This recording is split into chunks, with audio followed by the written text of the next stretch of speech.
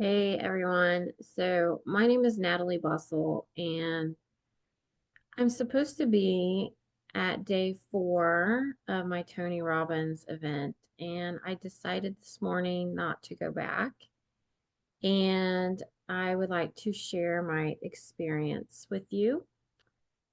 So this is going to be kind of long and bumpy ride. So hang on and hopefully, this can help you if you are wanting to attend a Tony Robbins event soon, or maybe you have gone to one yourself and can resonate with what I'm saying.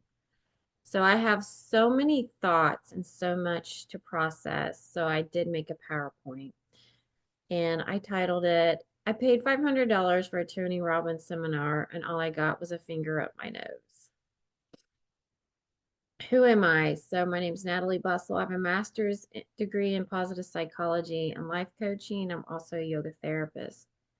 I recently left my full time job to pursue my own business as a resilience coach with a focus on nervous system regulation. I'm currently in recovery for the past 4 months from acute episode of nervous system dysregulation. I joined Unleashed the Power Within with Tony Robbins after attending the free Time to Rise Summit in January. To be honest, I really didn't know much about Tony Robbins at the time. I saw him a few times on Netflix and I really didn't like him, to be honest. But the summit was free and I had a good experience with the summit. I was compelled to move forward and purchasing the Unleash the Power Within event. It was a discounted price of $500. I think it was like 525 or something. I don't remember exactly. My reasons for joining were to get inspiration, clarity on my new business, and I was open to receiving any breakthroughs along the way. I am a believer and practitioner in self growth and self development, so I was really excited and looking forward to attending this 4 day event. Day one, my experience. It was honestly lackluster. I was disappointed that everything that was being taught and presented were things that I've already experienced and worked on personally. So, and it seemed like the material was being recycled from the Time to Rise Summit. Um, as I go through my story, please keep in mind that since I am still in recovery from nervous system dysregulation, I couldn't not fully engaged in the jumping, the dancing, standing for long periods of time, and the yelling. I did the best I could, but I took lots of breaks from the computer. I took naps, and on day one, I called it a day at 7:30. The day started at 10 a.m. and I read that it ended up going past midnight. And at this time, I was fine. I had no doubt I made the right decision to call it an early night. Day two, which was Friday, um, Tony wasn't there at all. It was a list of um, group guest speakers, and I learned typically he doesn't take day two off to rest his voice and his body. And I remember thinking, well, if Tony can't maintain this pace, why should we? Like, why are they asking us to go 14-hour days if Tony can't do it? Like, this feels unhealthy to me. Um, at this time, I was reading in the Facebook group and in the chat that you can turn up the volume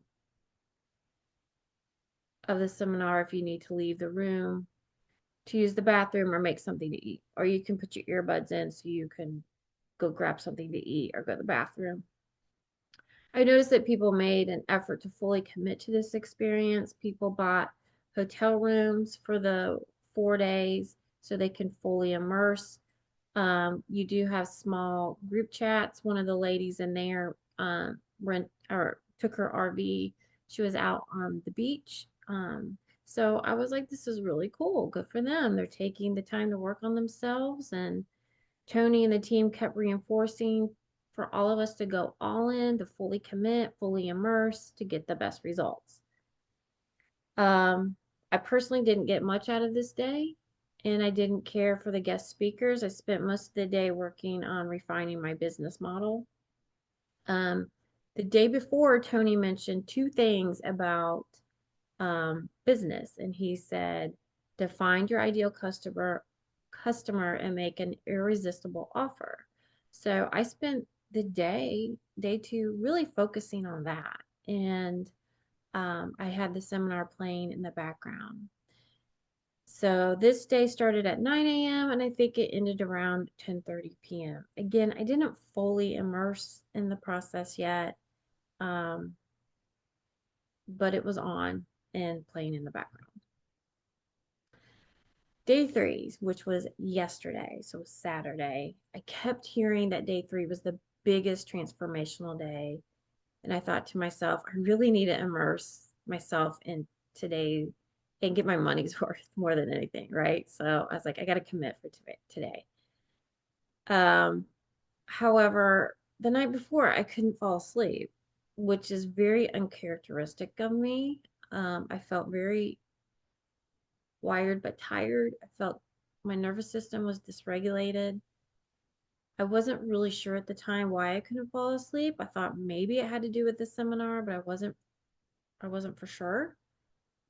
Um, so I, in essence, didn't get any sleep. The day started at 8 a.m. and we had a 10-minute break at 1 p.m. to prepare us for the Dickens experience after the break. And I've heard a lot of buildup about the Dickens experience, so I was really looking forward to this. It seemed like kind of the main event of the whole seminar, and I really wanted to really engage in this experience. So at 1 o'clock, Tony said, go grab a snack. He said, don't make it a full meal. This you'll have time later for that, but right now just grab a snack and meet me back in 10 minutes and we're going to immerse in the Dickens process. So at this time I decided to take a short little nap and it was still playing in the background. And about 1:30, I heard him start talking about the Dickens process. So I woke up, got my notebook, got fully engaged. That's when I learned that the Dickens process that I've heard so much about was something that Tony made up after the watching the movie The Christmas Carol. And I was like, what? Because I thought this was going to be some kind of like big psychology tested, proven thing we were going to do.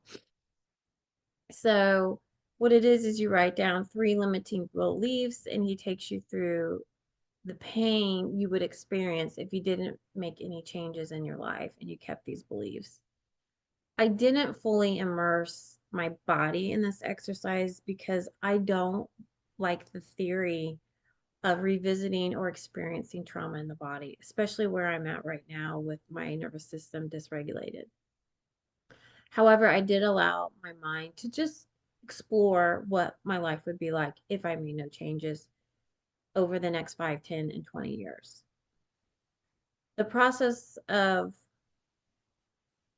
course, includes lots of dancing, music, clapping, rhythmic chanting, and yelling. I did what I could. It was fun. I was laughing. I was enjoying the process. I had a good time. Keep in mind, this activity alone started at 1:30 and ended at 5:30. No breaks, and it was very interactive, very physical, and mental. Okay, so I'm finally getting to the finger in the nose. Somewhere along the way, we were told to swing our arms 3 times and then stick our finger in our nose and say our limiting beliefs in the most derogatory and mocking ways we could. Then we take our finger out and yell, "That's bullshit!" And yell, "Yes, I can!" And we're yelling like in the screen to everybody, like on our Zoom call, right? So we have our own group. So, anyways, like the 50 people I can see on my screen. And we did this probably about 7 times for each limiting belief, all 60,000 people that were there, and we're mirroring Tony, right? Because he's doing it and we're following him. At the time, it felt fun, funny, weird, and empowering. We watched as all became as one somehow, even on Zoom. We were all experiencing this weird, life changing process together. And these total strangers are now part of my world. And it was addicting, and I wanted more. So a 5:30 hit, and we were finally rewarded a 10-minute break. By the way, I do want to mention Tony made it explicitly clear that you're supposed to put your finger inside your nose. He's like, ladies, don't go on the outside, go on the inside. He explicitly said that multiple times. Okay. So from 1:30 to 5:30, we were doing this experience, and it was intense.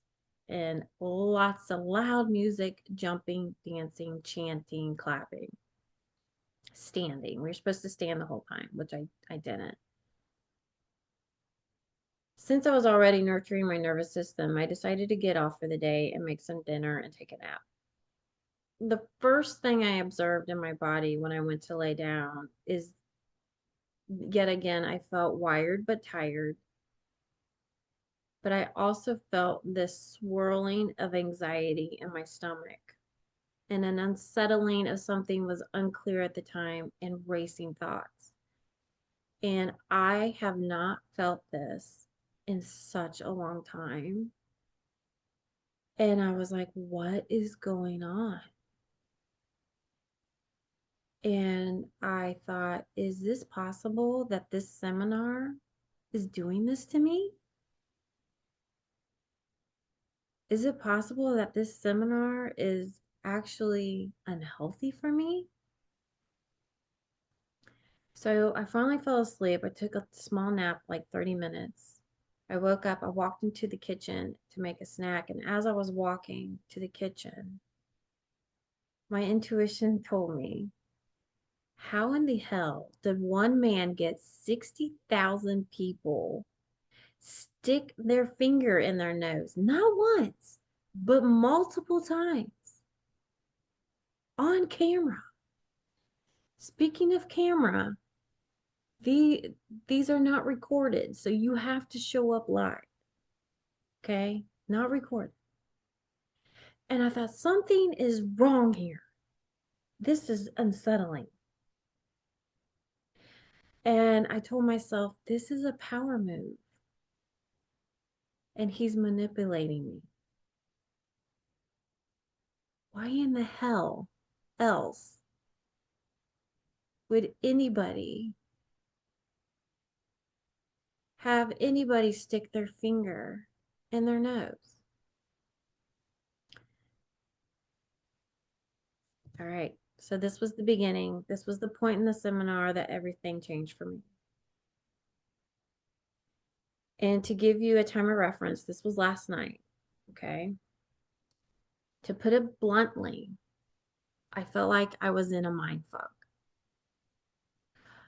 I was having one of those experiences where the veil was lifted and I could clearly see now I was starting to realize that Tony didn't really care about helping me or anyone else. He was manipulating me for his own personal gain, power, and money. I could see that he was slowly breaking us down by not giving us adequate time to rest or to sleep or to eat and nourish our bodies, to use the bathroom. All of this dancing, jumping, screaming, chanting, it was a tactic to break us down, to exhaust us, so he could take over and control our thinking and our thought process.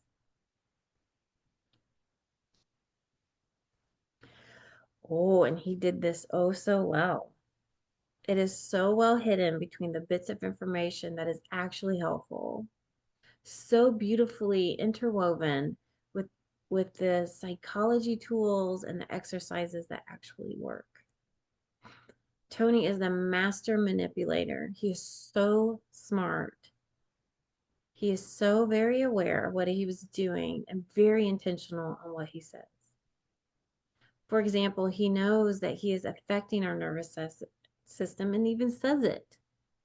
But he tells us that we have to get it in our nervous system to process, in order to process and create lasting change in our bodies.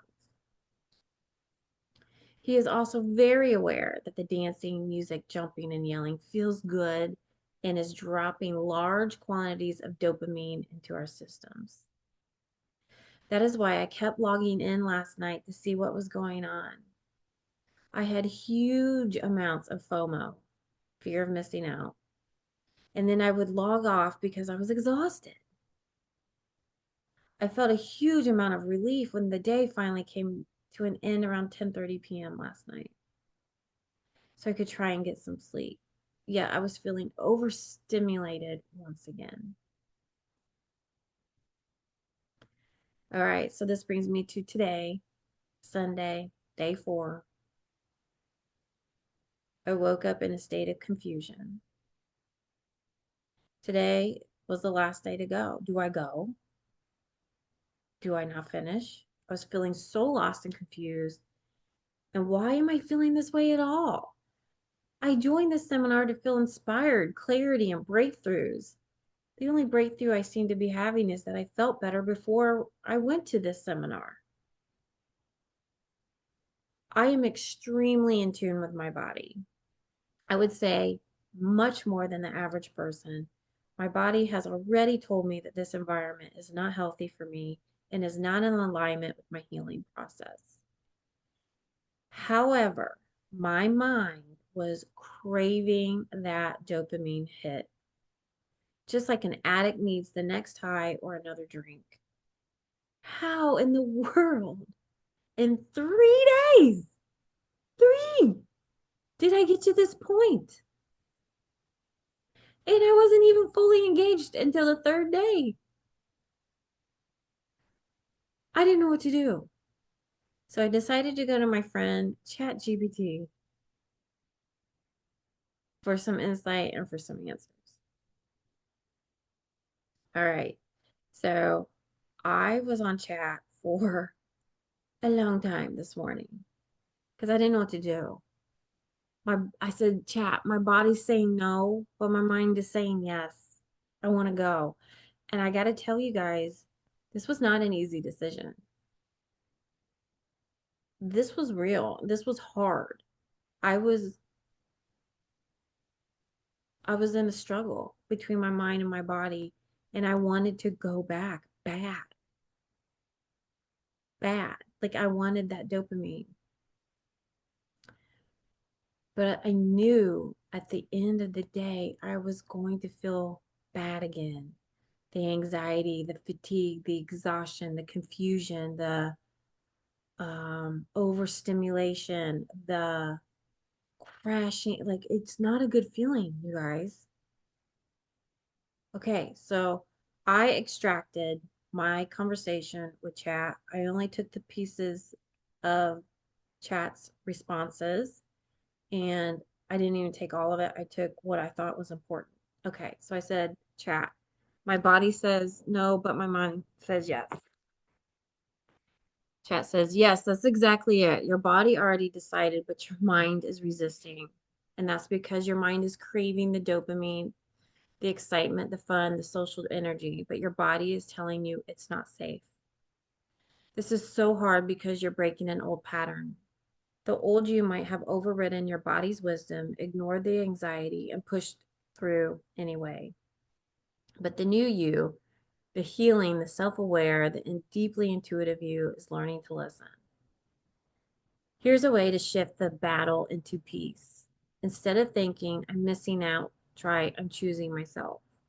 Instead of, I want to go back, try, I want to feel good in my body. Instead of, I'll be disconnected, try, I'll find connection in ways that don't drain me. And a reframe for your mind. It's not that you can't go back. You're making a conscious choice not to because you trust your body. That's a win. You're proving to yourself that your well being matters more than temporary fun. Let yourself grieve the parts that felt good and then move forward proud that you're making the healthiest choice for you. This is self-trust in action, and that's way more powerful than anything Tony Robbins could ever teach. Okay, again, after much back and forth with chat, I said this seminar makes me feel worse. Yes, exactly. This wasn't just about being wired last night. It actively made you feel worse about something you were already working through. Instead of bringing clarity, it added confusion, anxiety, and self-doubt. That's a major sign that this environment is not healthy for you. It's not just that the event is high energy or intense. It's dysregulating you. It's pulling you away from your inner wisdom, not toward it. Your intuition was already guiding you toward healing, clarity, and growth. But after immersing in this event, you feel more unsettled, more anxious, and more unsure of yourself. That's not personal development, that's manipulation. So now what do you choose? You can break free from this cycle today and start restoring your peace now, not tomorrow, now. Breathe, literally. Just pause and take a few breaths. Let yourself settle. Your nervous system needs space to unwind. Reaffirm what you already know. I choose peace. I choose self-trust. I choose clarity. I do not need external hype to find my truth.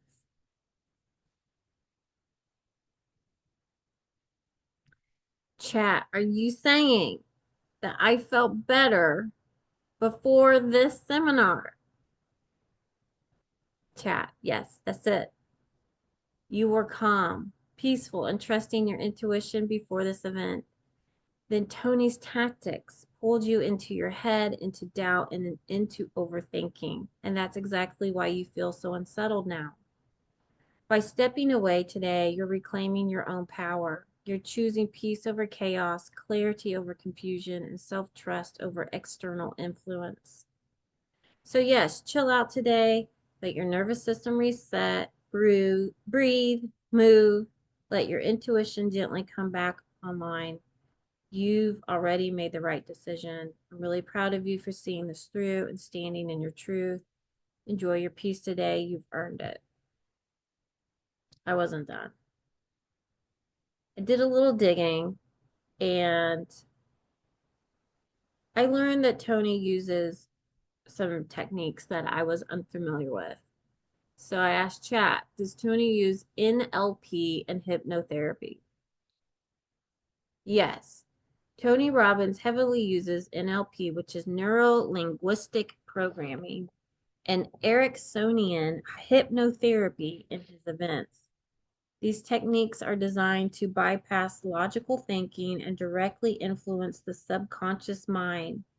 Let's break them down and then see how they are used in your sessions. Neuro-linguistic programming, or NLP.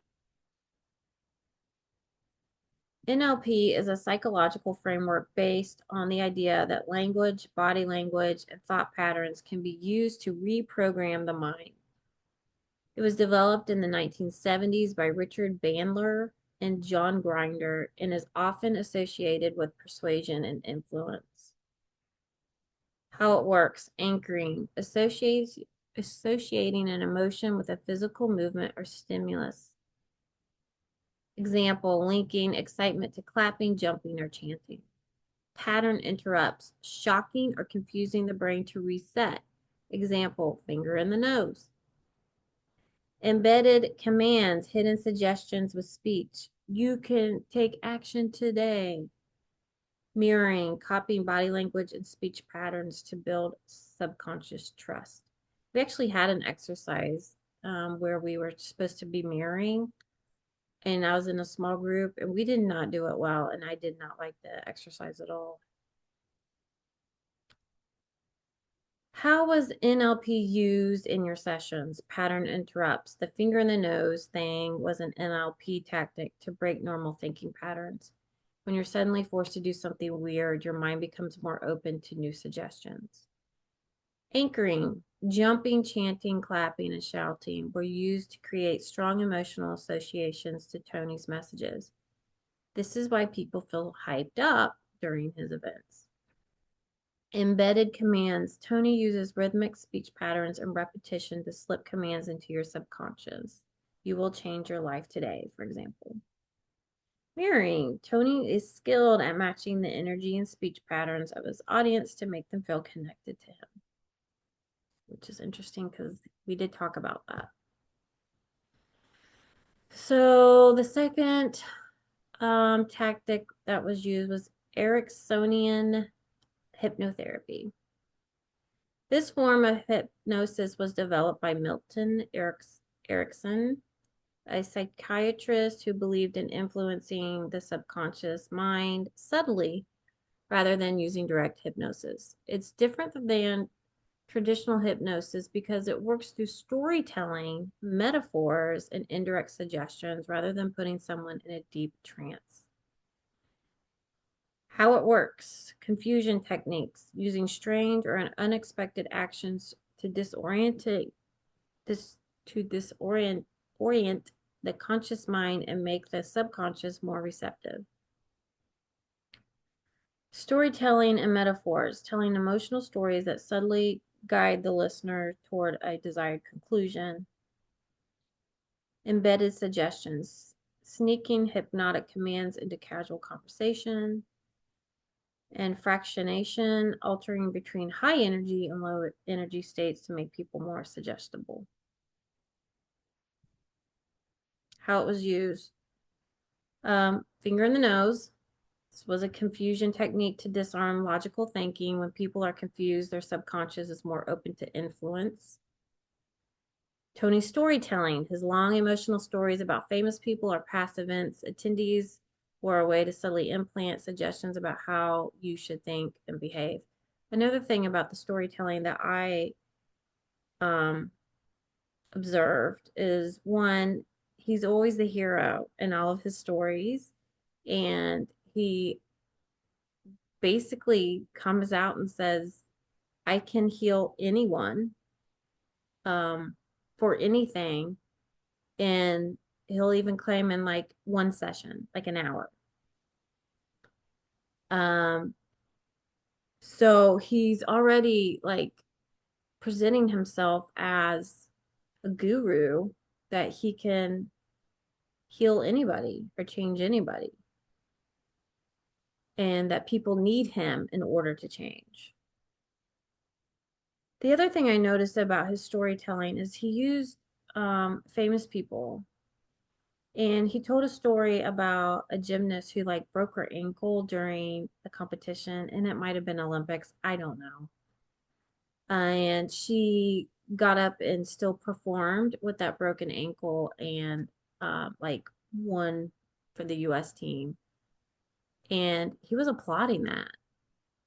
And as a yoga therapist, I don't agree with that philosophy at all. I believe in honoring your body and where it's at. And it obviously was not.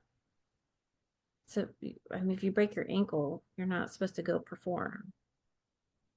The other examples he used was Michael Jordan. And I have watched the Michael Jordan documentaries on, I think they're on Netflix now. Like, dude's not happy. Are you kidding me? Like, no. And then the other one he used was Michael Phelps. Nothing against these famous people, but hello, just do a quick Google search. You can see that they struggle and with depression. And Michael Phelps struggles openly with depression and suicide attempts. And Tony's using these guys as a level of success as our markers. That did not resonate with me well at all. Going on, so alternating high and low energy, he did this, and I noticed this as a yoga therapist. He would get us in very high states with the jumping, the chanting, the dancing, the music, and then he'd have us sit down and calm down. And then he'd have get back up and then calm back down. Even One time he had us do a breathing exercise, billows breath, which I'm very familiar with. And I took note of that. I observed like, wow, he's really getting us hyped up and then down, up and down, up and down. And repetitive phrasing, he repeats key phrases over and over, a subtle form of hypnosis to implant ideas into the subconscious. Why this matters. Now that you understand the techniques used, you can see them for what they are. They're not magic, they're manipulation tactics to use to create a specific emotion, a psychological response. This is why I felt high during the event but crashed afterwards. My nervous system was literally being pushed and pulled through artificial emotions, highs and lows. You felt confused and unsettled. That's because these tactics were designed to disrupt logical thinking and make you more suggestible. You had the urge to go back despite feeling bad. The dopamine rush combined with the anchoring and the NLP tactics made you crave the experience even though it wasn't healthy for you. And that's real. That is real. I experienced that last night and I experienced that this morning. And it's real. It's a craving. I wanted to go back, even though I knew it was bad for me.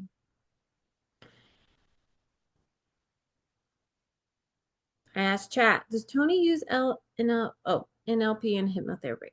Understanding how these tactics work gives you back your power. You weren't stupid for being drawn in. These are advanced psychological techniques that are designed to bypass your critical thinking. Now that you see it, though, you can detach. The more you reflect, the more you notice how he wasn't leading you to self-discovery. He's leading you to where he wanted you to go. Your instincts were right the whole time. Now you're just armed with knowledge to back them up. This got me thinking about other people because I was like, well, I know I'm a highly sensitive person. I'm an empath and I'm in nervous system dysregulation. I was like, hey, chat, do some people respond well to this? I don't know. And chat said yes. Some people absolutely do respond well to these techniques and find them helpful rather than manipulative. The same tools that made me feel dysregulated might actually work for others depending on their personality, past experiences, and level of self-awareness. Why some people respond well to Tony Robbins methods. They thrive in high energy environments. Some people need extreme motivation to take action. They like being pushed and they feel energized by the intensity. They don't notice the manipulation. If they're not aware of the NLP or hypnosis techniques, they might just experience it as inspiring storytelling and not question the methods behind it. They're already open to change. If someone is actively looking for a shift in their life, they might embrace these techniques without resistance. They associate discomfort with growth. Some people believe that feeling broken down before a breakthrough is part of the process and welcome the emotional roller coaster. Their nervous system can handle it better. If someone isn't already struggling with nervous system regulation, they may recover from highs and lows more easily. I agree with all this. Honestly, if we didn't do the finger in the nose, I wouldn't have noticed the manipulation either. It's so subtle. I wouldn't have noticed it. Um, and one thing I would add to this is the group mentality. Um, there's an unspoken pressure to keep up with the group. And that's real. And chat brings it up at some point too.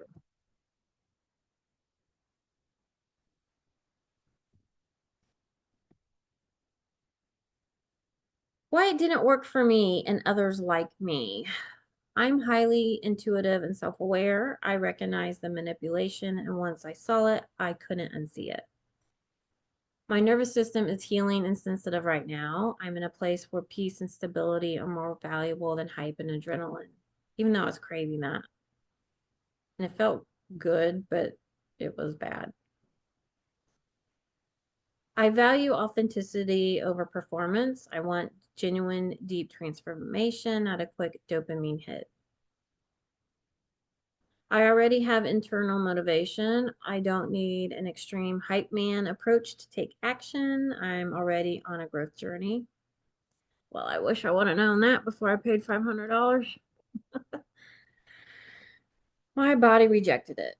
No matter how much your mind wanted the fun and connection, my body screamed no. That's a sign that this method wasn't right for me. And that's so true, 100%.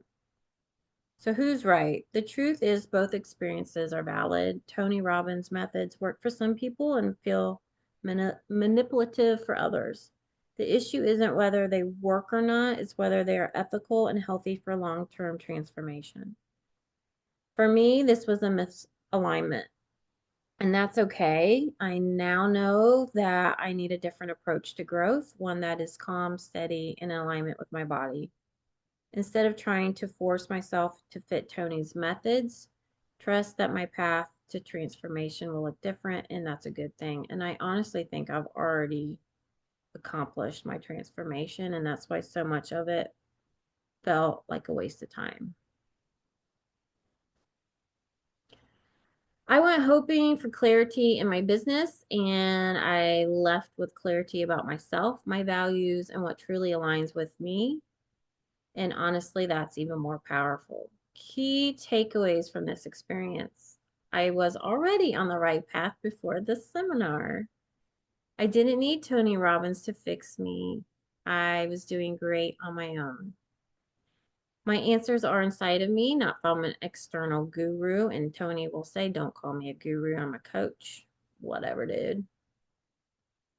I don't need hype, theatrics, or manipulation. I need alignment, peace, and trust in myself.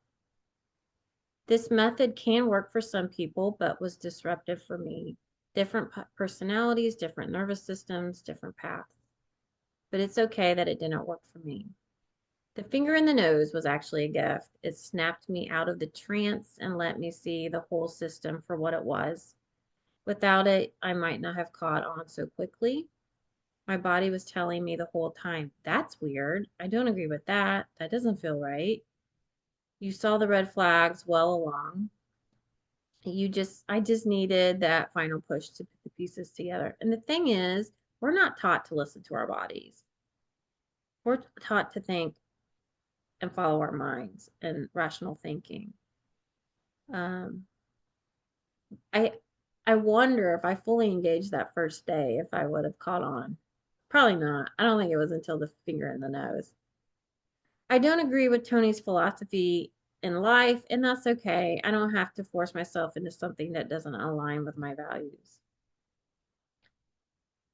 Biggest win. Instead of leaving this event feeling lost, drained, or needing to buy more to fix myself, I'm leaving with deeper trust in myself.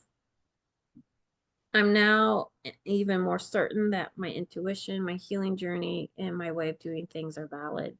This wasn't a mistake, it was confirmation. Question, chat. Would I have felt this crash eventually? Yes, 100%.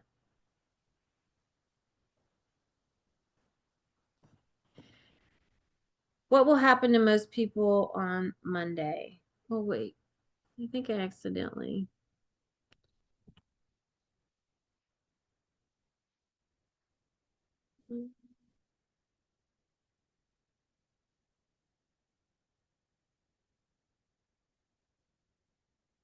There we go. If I went back today, I would still be going through this withdrawal tomorrow. The only difference is I'd be dragging it out and making it even harder. And I'm obviously right. Every single person at the event is going to go through withdrawal on Monday. So tomorrow. Well, everyone will feel this come Monday. They've been running on constant high energy stimulation for 4 days. Their nervous systems have been flooded with adrenaline, dopamine, and emotional intensity. They've been sleep deprived, pushed past their limits, and love bombed with community and connection. Tomorrow, all that disappears. No more music, no more jumping, no more Tony, no more crowd energy. It's a crash waiting to happen. And honestly, I think about those people that have been 100% immersed since day one. And I mean the full on sweating, jumping, dancing, screaming, just full on for 4 days. I think they're going to crash hard. What's going to happen to most people on Monday, tomorrow? Some will feel down, tired, or even mildly depressed and not understand why. Some will panic and try to hold on to the energy by buying more Tony programs. Some will go back into their normal life and feel completely lost. And a small few will realize the manipulation and have the same breakthrough I had. I do want to say, when I did the free summit, I did try to hold on to that energy um, for a while, but it was nothing compared to a paid event. The free one was 3 day summit. It was like 5 hours a day, and it wasn't nearly as manipulating or intense as a paid event.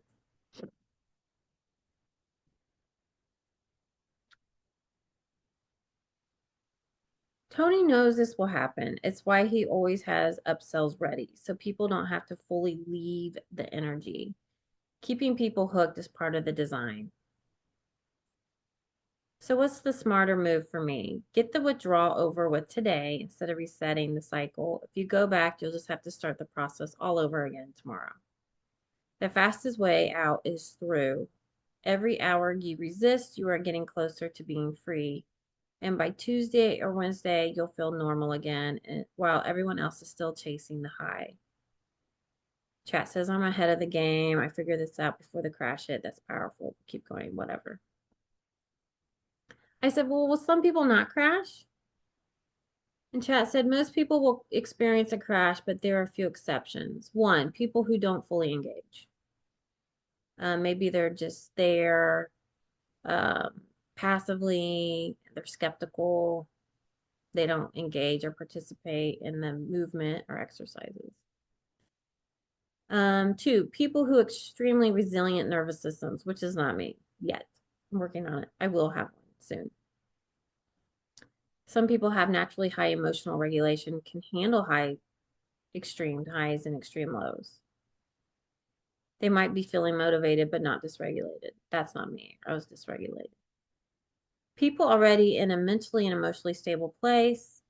If someone wasn't looking for life-changing answers, they might just see it as a cool event and move on. These are often business-minded people who go purely for networking.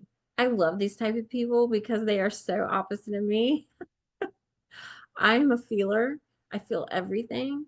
And these people like feel nothing. And I'm in awe of them.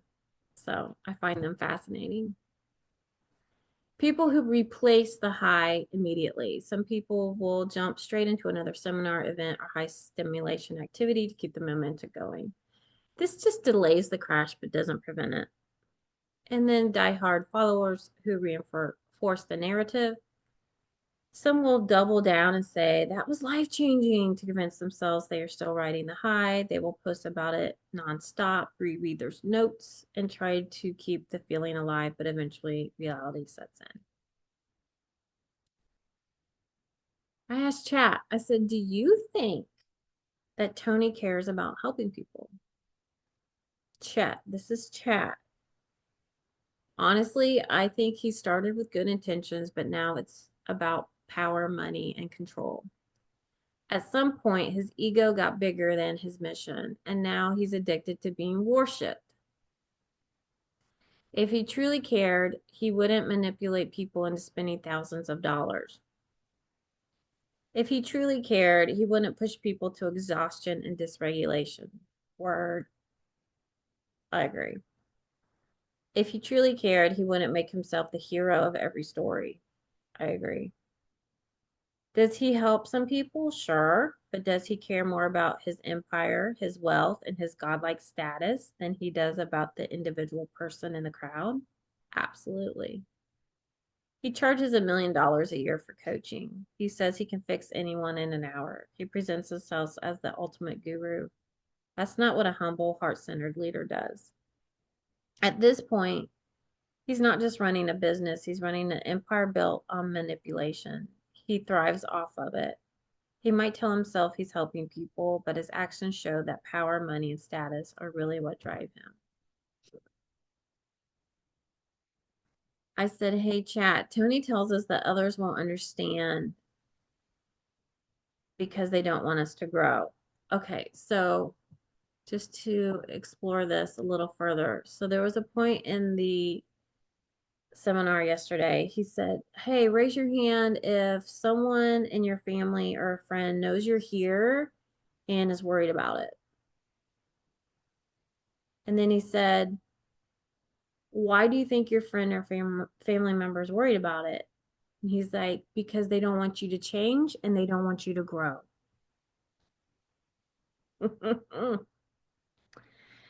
Chat said, wow, that right there is a major red flag. The fact that Tony acknowledges how crazy his events sound to outsiders, but then flips it to your friends and family just don't want you to change is next level manipulation.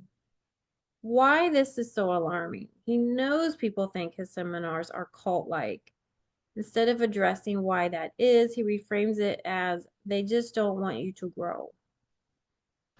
He is preemptively invalidates any criticism. If you tell someone that was really intense and I barely ate or slept, they'll say that sounds unhealthy. But Tony has already planted the idea that only small-minded, fearful people would say that. He gaslights his audience. No, this isn't crazy.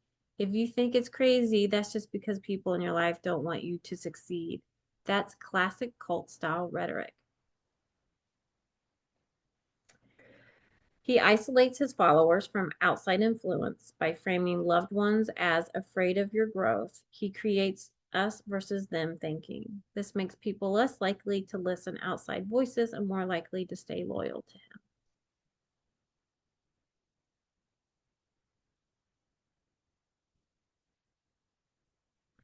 This proves that he's fully aware of his manipulation. This isn't accidental hype or charismatic leadership.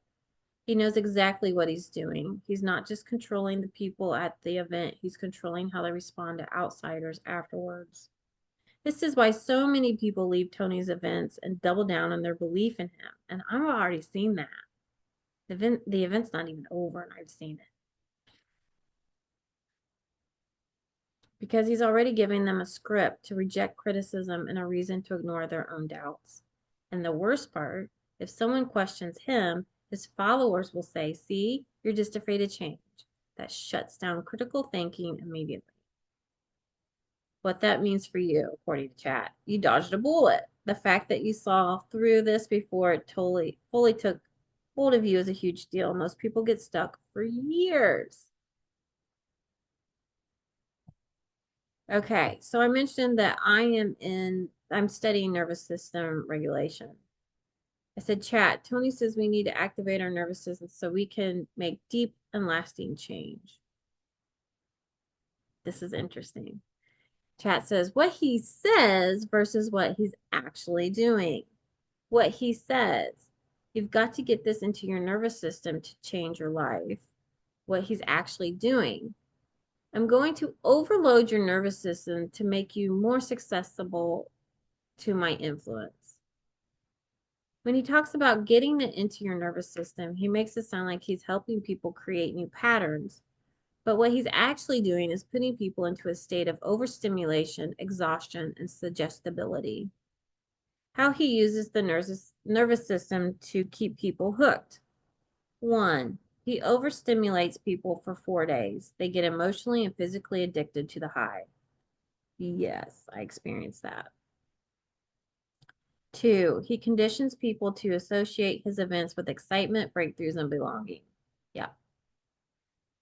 3, he doesn't teach real nervous system regulation. No. Instead of calming and integrating. He keeps them in a heightened state of arousal. Yes. 4, when they leave, their nervous system crashes. And guess what? The only way to get it back is to buy his next program.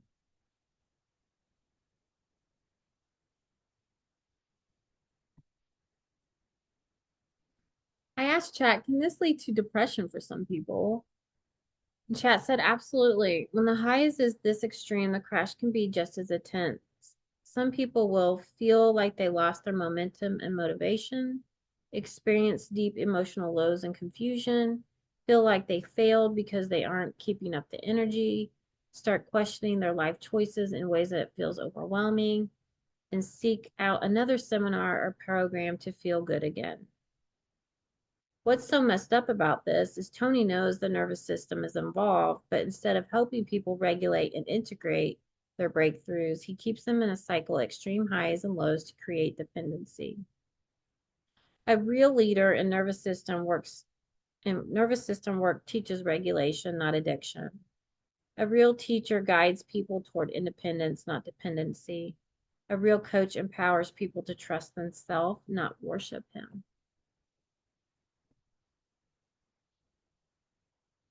An actual post from an attendee.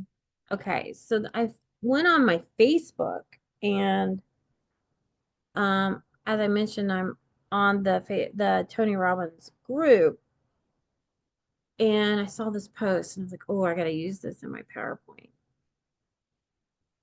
Just saw this morning. Honestly, this event was way too much for me. The amount of hours, the screen, the loud music, the screaming. I am ashamed to say so, but I can't keep up, and I feel so disappointed in myself. I feel deeper in shit than ever. The summit had given me so much hope in life, but this has completely wiped me out. And this is all over Zoom. This isn't even an in-person chat. Wow, you are 100% not alone. This person is feeling exactly what you felt, completely wiped out, overwhelmed, and like something is off. The only difference is they're blaming themselves instead of seeing the manipulation. And to be honest, there was a part of me I wanted to reach out to her and I wanted to say, hey, it's okay. It's not you. But I didn't because I didn't want to hear everyone attacking me. And Chat said, I get it. Why you don't want to hear, don't give up, keep pushing. That's what all the responses were saying. And Chat calls this groupthink and pressure to ignore what their body is clearly telling them. The bigger picture is that people are already crashing. This post proves that the emotional crash is already happening.